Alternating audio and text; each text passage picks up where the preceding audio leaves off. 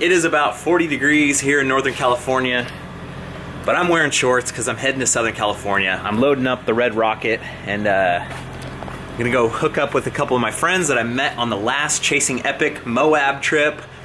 I've got another Chasing Epic trip coming up. I'll leave the link in the descriptione, but let's get on the road. Let's head to SoCal. There's a couple other things I'm gonna be doing in the meantime.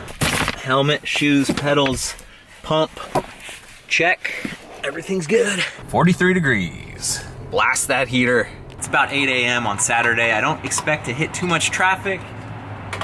Probably take me 7 or 8 hours to get down there. I don't think the color ever comes through in video on this bike. It's quite ridiculous. About to finish up this audiobook, and then who knows what audiobook I'll queue up next. I've got all kinds of stuff ready for me. Outside temperature has rocketed up to 57 degrees. It's supposed to be 75 degrees in LA today, so we'll get there. Still got a while to go. First stop of the day, the one and only, the much hyped In-N-Out Burger. I enjoy the hell out of In-N-Out Burger. I think it is in the upper echelons of fast food. The service is great. The ingredients are very, very fresh. The lettuce is great. The onions are great. The spread, the thing the dressing they put on the burgers is fantastic. The hamburger meat is so bad. I mean, it's good, it tastes okay, but it's just it's like little pancakes of burger. You can't be a burger joint and have little 1/4 inch wide burgers. So I eat here in protest. Obviously, McDonald's burgers are the worst. Like, there's no competing with that. Like, the buns here at In-N-Out are fresh, even though I don't eat the bread. I go protein style, so it's a lettuce wrap. It's great. It's just not excellent. They need to get their meat situation figured out. It's not a real burger. Their bathrooms are pretty god-awful too. Every time I go in there, it's too wet, it's too dirty, it's too busy. It's very much on par with McDonald's, where there's only one urinal and one stall. It's like, come on, there's a million people here. Let's get some more bathrooms. And of course, I forgot to mention the fries. The fries are friggin' great too. It's a great operation. It's fantastic. You should go if you've never been.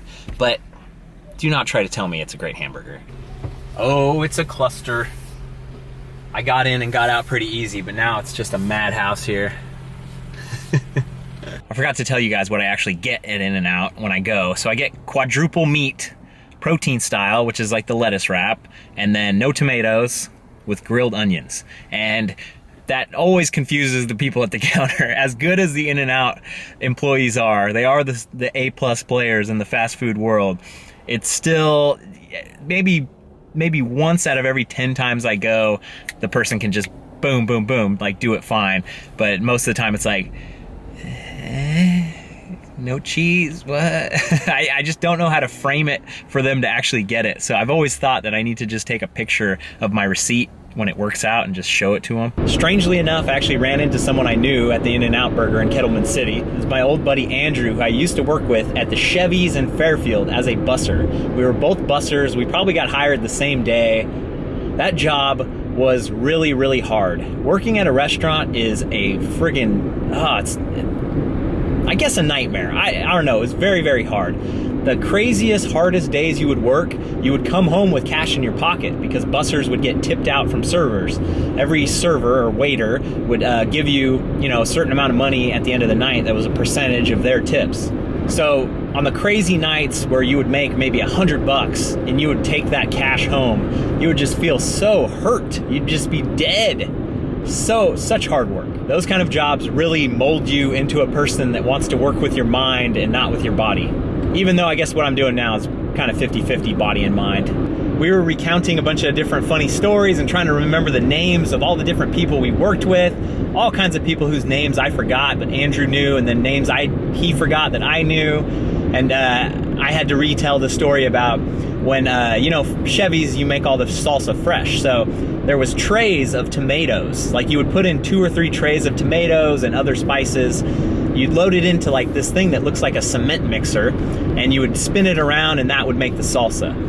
I dumped an entire batch of salsa, like a cement mixer full of salsa, on the floor one day. And you know, it had to be like within my first week of working. It was probably the first time I ever made the salsa. It just, oh man. Nobody got too mad. It was just like, all right, here we go. You know, the main chef had to come over and assess the situation. Ugh. When I think about that job, I also think about the beautiful woman I used to work with that was completely interested in me, and I took no fucking chance whatsoever in pursuing it, like a dumbass. And still one of the biggest regrets of my life. All my regrets have to do with women and not taking chances. Don't end up like me and have 1,000 women that have showed interest in you, but you were too scared to do anything about it. As I sit here and think about everything that passed me by because I wasn't aggressive enough, and then think about all these Hollywood predators, all these people using their power to prey on women and take advantage of women, it's like this tale of two cities, right? Like, if I was growing up in this day and age, I would be even more scared to take any chances. I would just be like, no, oh, we need a waiver. I need a contract to be able to kiss you.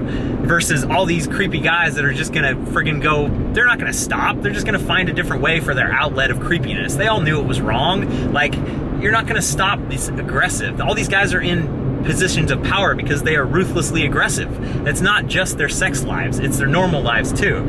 So, I pity the fool that's gonna grow up like I grew up. Take action. Don't be a psychopath. Go after what you want, but don't be creepy. Good luck. We've officially made it to Southern California. 80 degrees outside and horrible traffic. I did not plan on going for a ride today, but I'm in Simi Valley, and Simi Valley has one of my most favorite mountain bike trails in the world, and if I'm this close, I've got to do at least one lap. The whole reason I'm down here in Southern California is because my mom wants to go to the Rose Parade. It's something she's wanted to do forever. So every year, New Year's Day, they have the Pasadena Rose Parade, and that's why I'm here. But I drove, they're flying. I'm meeting my mom, my aunt, my brother, and his wife later today, and I still have a few hours. I got here early enough where it's like I can put all my riding gear on, go for a ride, get back, and go meet them up, and no one will be none the wiser except for me smelling. I rode this trail once a while back, so I think I can figure it out myself. I think I turn up this street, head up, and then finding the actual trail, I'll probably just use trail forks. All right, I think I've got everything. Double check. Good enough. I'm gonna be chasing daylight here. That doesn't happen very often for me. This feels really, really good after being in the car for 5 hours. Cut my finger open yesterday. The wound has opened back up. No smoke in the air today. The wildfires, I believe, are still going here in Ventura County.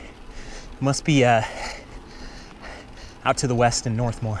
This is where my intuition must guide me.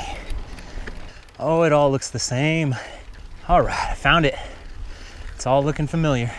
You know, I love this trail not because it's super gnarly and scary and has endless flow. I love it because it's like a piece of artwork.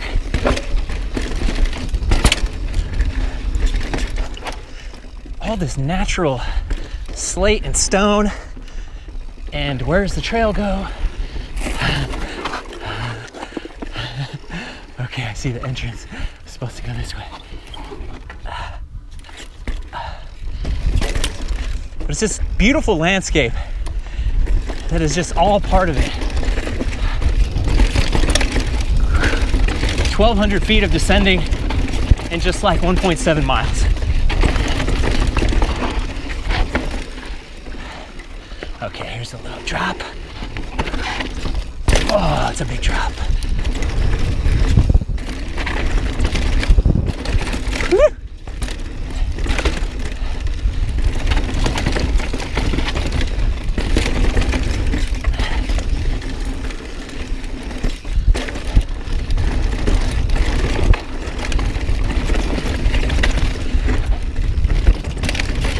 This was the one that Liam dropped off the face of the earth on.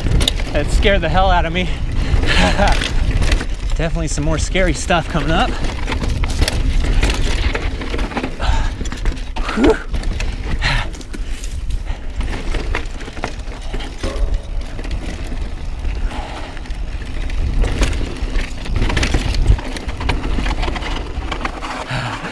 see right, I see left.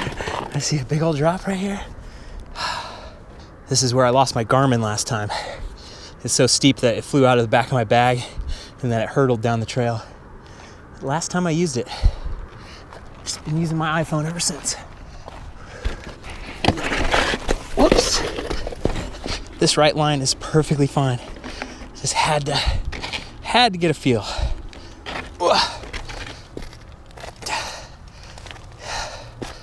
Does help having a guide. Just to follow someone in. So you don't play the old mind games.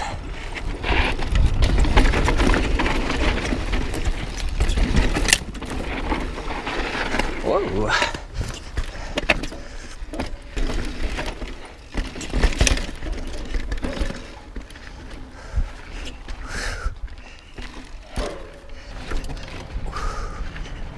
Yeah. It's almost over. Wee-hee.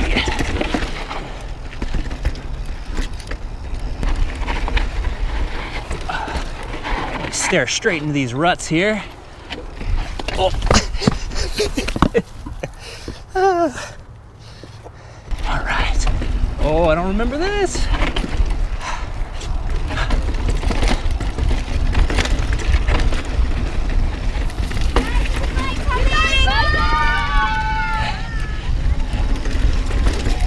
Howdy.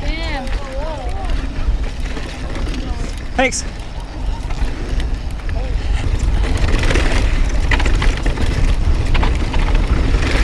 Woo! Hell yeah. Oh, it's a soft one. I'll take this way.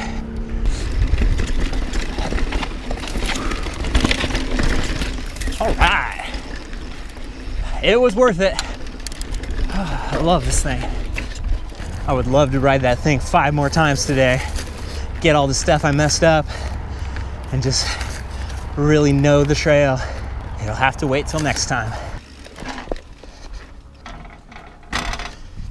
4 o'clock, still plenty of time. Awesome.